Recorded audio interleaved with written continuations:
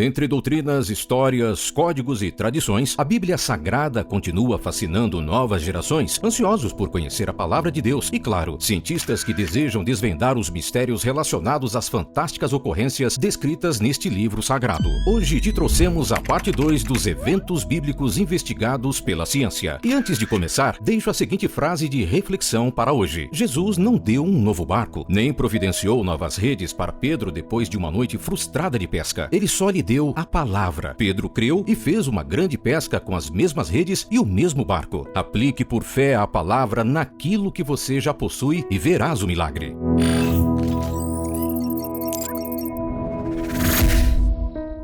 Túnel de Ezequias. A cidade de Jerusalém dispõe de uma única fonte de água chamada Fonte de Gion, localizada fora das muralhas da cidade, e, portanto, suscetível a um ataque inimigo. O rei Ezequias, ao vislumbrar a possibilidade de um ataque assírio, resolveu precaver-se. Construiu um túnel que desvia as águas de Gion até a parte ocidental da cidade de Davi. O túnel possuía um comprimento de 513 metros e 0,5% de inclinação. Em 1867, o explorador Charles Warren descobriu um poço vertical cortado no leito rochoso, que fazia parte do Túnel de Ezequias. O túnel foi escavado simultaneamente pelos dois lados, seguindo uma linha em forma de S, orientado pelas camadas mais moles da rocha. O momento em que os grupos se encontraram foi emocionante e o perpetuaram na inscrição Sudário de Turim. No livro de Marcos 15:46 está escrito: Então José comprou um lençol de linho, baixou o corpo da cruz, envolveu-o no lençol e o colocou num sepulcro cravado na rocha. Depois fez rolar uma pedra sobre a entrada do sepulcro. O santo sudário é um pedaço de linho com 4,40 metros de comprimento e 1 metro de largura, que traz impresso a imagem das partes da frente e das costas de um homem, o qual parece ter sofrido uma morte violenta. Acredita-se que o corpo de Jesus Cristo foi envolto nele após sofrer a crucificação. Alguns estudiosos o consideram o quinto evangelho, porque, como os textos de Mateus, Lucas, Marcos e João, esse pedaço de tecido também fornece informações preciosas sobre os processos da tortura, morte, sepultamento e ressurreição ao qual Jesus Cristo foi submetido. O sudário está na Capela Real da Catedral de Turim, na Itália, e é mantido em um invólucro de vidro com controle de temperatura, lacrado e blindado. Se tornou um dos artefatos mais estudados e, com as novas tecnologias disponíveis, foi submetido a testes de ultravioleta, raio-x e testes vibracionais com o objetivo de verificar a autenticidade da relíquia. A Igreja Católica só permitiu testes no sudário nos anos de 1978 e 1988, e as amostras ficaram armazenadas e disponíveis para testes em alguns poucos laboratórios. Entre as amostras coletadas do tecido estão coágulos do sangue da pessoa que foi envolta nele e revelaram que o homem possuía o sangue AB, um grupo sanguíneo presente em apenas 3% da população mundial e mais encontrado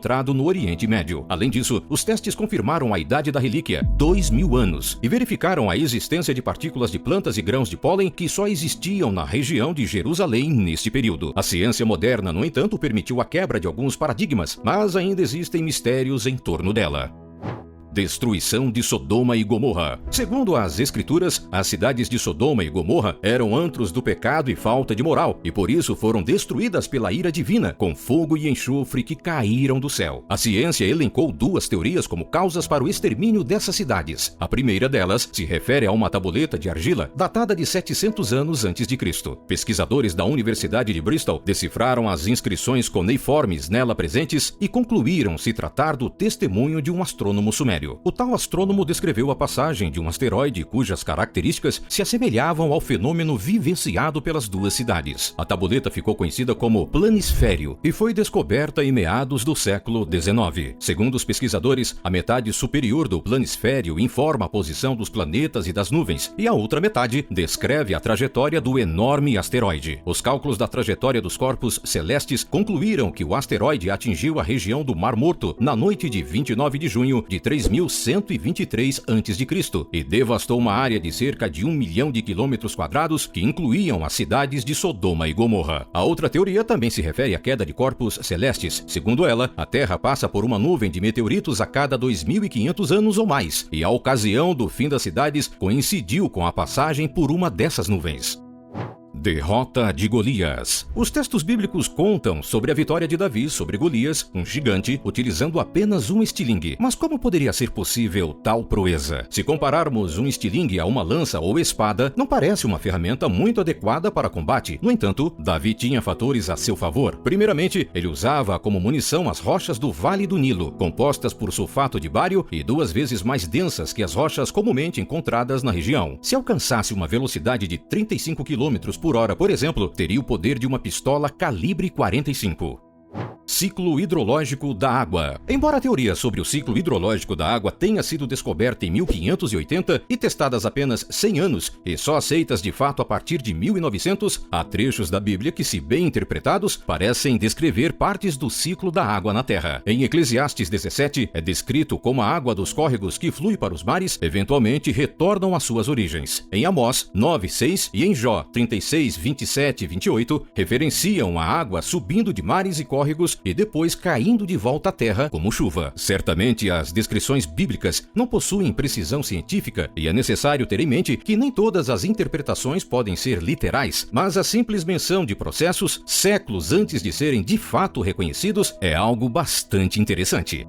A Bíblia mais antiga já encontrada. Em 2015, uma operação policial de combate ao contrabando de artefatos históricos, realizada na pequena cidade de Tokat, Turquia, resultou na descoberta de um dos documentos religiosos mais antigos noticiados. Trata-se de uma Bíblia, escrita em siríaco, um dialeto do aramaico, datada em mais de 1000 anos. A relíquia, avaliada em cerca de 58,5 milhões de reais, é composta por couro natural e escritos feitos com tinta base de ouro. Teria sido escrito por São Barnabé, um dos apóstolos de Jesus. Embora a capa esteja danificada, existem 51 páginas com imagens e motivos religiosos, mostrando Jesus e também Maria. Apesar disso, existe uma polêmica em torno desta tal Bíblia, com textos nela contidos. A relíquia, que passa por uma restauração, teria chamado a atenção também do Vaticano, segundo o jornal inglês Daily Mail, e o Papa Bento XVI estaria interessado em analisar a publicação milenar.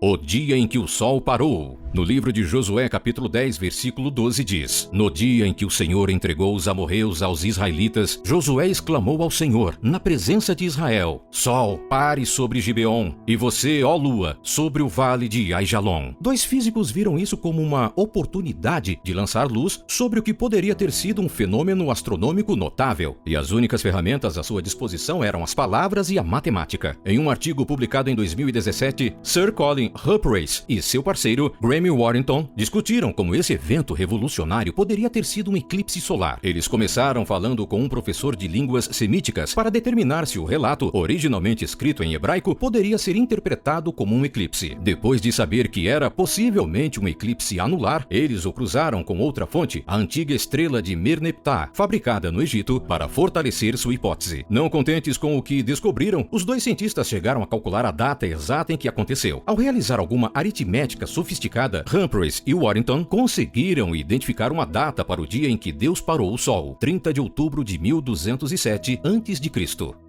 O universo invisível. De acordo com Hebreus capítulo 11, versículo 3, Deus não fez o universo do que era visível. Uma maneira de interpretar isso é que os blocos de construção do universo são imperceptíveis a olho nu. E claro, a física também apoia essa ideia. Os átomos compõem praticamente tudo que os sentidos humanos podem perceber. Átomos idênticos, quando unidos, formam os elementos químicos, que são as formas mais simples de substâncias obtidas por meio de processos químicos comuns. Os átomos são tão pequenos que você pode pegar 100 milhões de átomos de hidrogênio e alinhá-los, eles não excederiam 1 centímetro de comprimento. E eles são compostos de partículas ainda menores. Seriam necessários 1000 prótons ou nêutrons para igualar o diâmetro de um único átomo de hidrogênio. Prótons e nêutrons, por sua vez, são 1000 vezes maiores que elétrons e quarks. Sua cabeça já está doendo?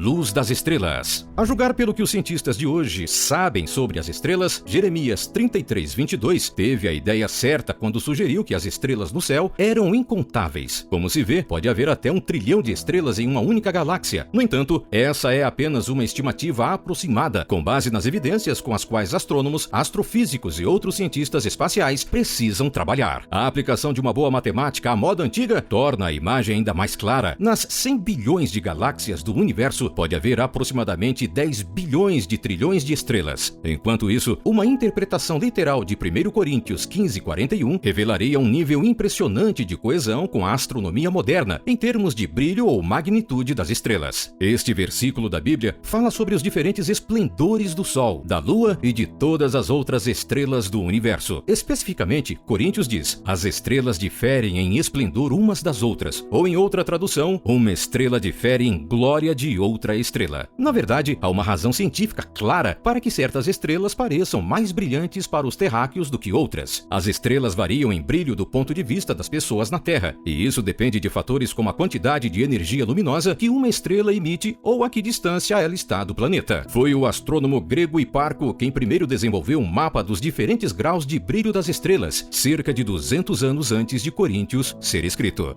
As 10 pragas do Egito. Descritas no livro do Êxodo, as 10 pragas lançadas por Deus aos egípcios foram uma represália pelo fato de o faraó negar-se a libertar da escravidão o povo de Israel. As 10 pragas foram narradas em forma de poemas oriundos das tradições orais das tribos de Israel e, num sentido mais amplo, contam a batalha entre o poder do Deus hebreu e os deuses egípcios. Foram acontecimentos totalmente atípicos para os quais a ciência moderna buscou encontrar explicações fora do campo da religião. A primeira praga descreve a transformação das águas do rio Nilo em sangue. A história conta que, durante 7 dias, o rio Nilo e seus afluentes, além de fontes e poços, tornaram-se sangue, matando peixes e outros animais que dela bebiam, impedindo o consumo humano. Especialistas analisaram estalagmites encontrados em cavernas egípcias e constataram que, naquela época, houve grandes alterações climáticas na região. O clima úmido e quente se tornou bastante seco. Esse período de altas temperaturas e pouca chuva favoreceu a proliferação de algas nocivas. O acúmulo excessivo dessas algas deixou as águas com a cor vermelha e com mau cheiro por causa da decomposição desses organismos. A segunda praga se refere à proliferação de rãs. Os especialistas acreditam que o aparecimento excessivo dos anfíbios foi resultado da primeira praga, já que a diminuição da qualidade da água afastou esses animais das margens e por ter alterado os ciclos de crescimento dos girinos, resultando numa proliferação das rãs e sapos nas terras egípcias. A terceira praga fala sobre a proliferação de piolhos e mosquitos. Mais uma vez, os especialistas relacionam ao desequilíbrio que as bruscas alterações climáticas ocasionaram, com o fim do ciclo de vida das rãs e sapos adultos e a ausência de novos girinos. Lembre-se que a floração das algas perturbou a qualidade das águas. Esses insetos perderam seu predador natural. Sem espécies para fazer o controle biológico, a população de piolhos e mosquitos teve um enorme aumento. A explicação científica para a ocorrência da quarta praga também está no desequilíbrio ecológico e falta de predadores para o controle das moscas, que já existiam em grande quantidade na região. A quinta praga foi a morte do gado, um resultado direto da proliferação de moscas. Além das moscas domésticas e varejeiras, as moscas de estábulo também tiveram um aumento em suas populações. Elas são insetos de hábitos diurnos que se desenvolvem rapidamente em contato com excremento e material orgânico. Costumam atacar rebanhos bovinos, equinos e suínos. Sua picada gera estresse, dores e podem ser vetores de vários patógenos, como bactérias, vírus e fungos, levando os animais à morte. A sexta praga descreve os corpos dos egípcios sofrendo com dolorosos furúnculos. Os estudiosos já tiveram a oportunidade de verificar marcas de varíola em inúmeras múmias que datam desse período, sendo a varíola uma doença cuja principal característica é a presença de feridas com pus muito dolorosas. Essa foi a hipótese aceita como mais provável para explicar a sexta praga. A sétima praga foi retratada como uma chuva de granizo e fogo que atingiu e destruiu inúmeras construções no Egito. Os estudiosos conferem essa praga à erupção do vulcão Tera. Essa erupção foi bastante grandiosa e liberou para a atmosfera bilhões de toneladas de cinzas vulcânicas que causaram as fortes chuvas de granizo. A oitava praga estava relacionada ao aparecimento de imensas quantidades de gafanhoto. Se por um lado sabemos que o aparecimento repentino de nuvens de gafanhoto é comum na África, outras causas propostas pelos cientistas se referem à migração massiva dessa espécie, devido à erupção do Tera, e ainda à proliferação desses insetos devido aos desequilíbrios climáticos que criaram condições muito favoráveis para a reprodução desses animais. A nona praga foi sobre a escuridão que abraçou todo o Egito. Duas hipóteses foram levantadas. O evento foi causado por um eclipse, ocorrido em 5 de março de 1223 a.C.,